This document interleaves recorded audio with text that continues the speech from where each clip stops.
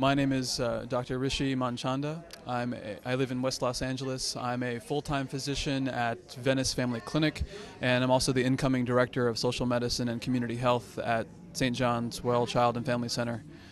I mentioned I'm a full-time physician and have dedicated my career to taking care of the underserved, uninsured, underinsured, homeless, working families who are struggling to make ends meet and make sure that they remain healthy as much as possible. So I was asked today to speak a little bit about, I think, what a community clinic means and maybe what a community clinic physician means to the community. I think my patients can probably speak to the impact that a community clinic has best, but I know every day when I care for my patients, whether it's at Venice Family Clinic or here at St. John's, that what we're providing is a service that no other provider is providing. Many times the only access that people have to the vital services they need, whether it comes to obviously health but also social services, education access, is a community clinic.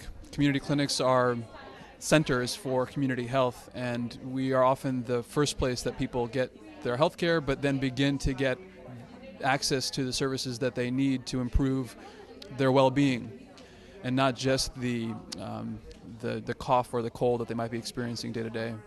I saw a few patients yesterday, for instance, who are going to be experiencing, I'm sure, some difficult access to specialty care that they need because of the possible cuts that are taking place in the budget. Certainly the budget impasse right now is weighing heavily upon myself, my colleagues who have committed themselves to taking care of patients. But it's also weighing heavily and most heavily on ultimately the patients we care for. The patients that need the services that we provide are the ones who will suffer, and by extension, all of us, all of our health will suffer also. If they don't get that, we all pay the price for that. As a physician, I see my patients paying the price for it directly, but ultimately when my patient who can't access Medi-Cal specialty services or can't access the clinic in the timely manner that they need because of long waiting lines, then they go to the emergency rooms, and the costs there are, as we all know, huge and astronomical and getting higher every day.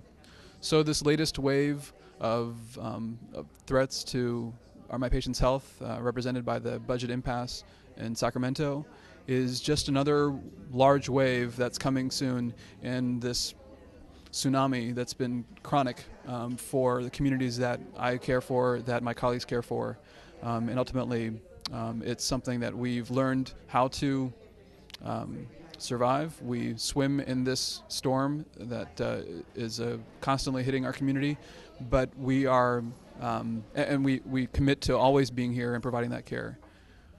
But we also know that enough is enough. It's time for community clinics, as we are doing today, it's time for community clinic doctors and healthcare providers, the staff who have committed themselves to our patients.